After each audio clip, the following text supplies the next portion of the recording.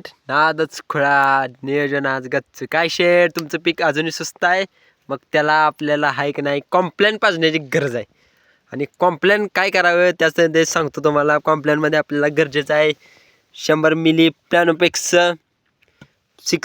5 gram 1 kilo ते 2 kilo humic acid decomposer 2 kilo गूळ आणि याचबरोबर 2 लिटर दूध लागेल. ते आपण आणलेलं आहे थोड्या वेळानं आणून घालणार आहे. तर असं सगळं मिक्सिंग करून एकदम मिश्रण काठीने ड्रममध्ये मिक्स करायचं 2 दिवस ठेवायचं मग ड्रिपनं सोडायचं. बागाचा माल उठणार मळ्यात चांगले होणार फळांना चमक एक नंबर येणार. द्राक्षांना किंवा पिकांचा चांगला रिझल्ट दाखवत आहे. कमी खर्चात पिकाचा विषय हार्ड करायचा असेल तर ही स्लरी नक्की ट्राय करा. आपल्या पेजला फॉलो करा शेअर करा. 6B विरघळताना सावध राहा नाहीतर तो पावडर म्हणून राहील. पीक म्हणून आमच्यापर्यंत काहीच आलं नाही.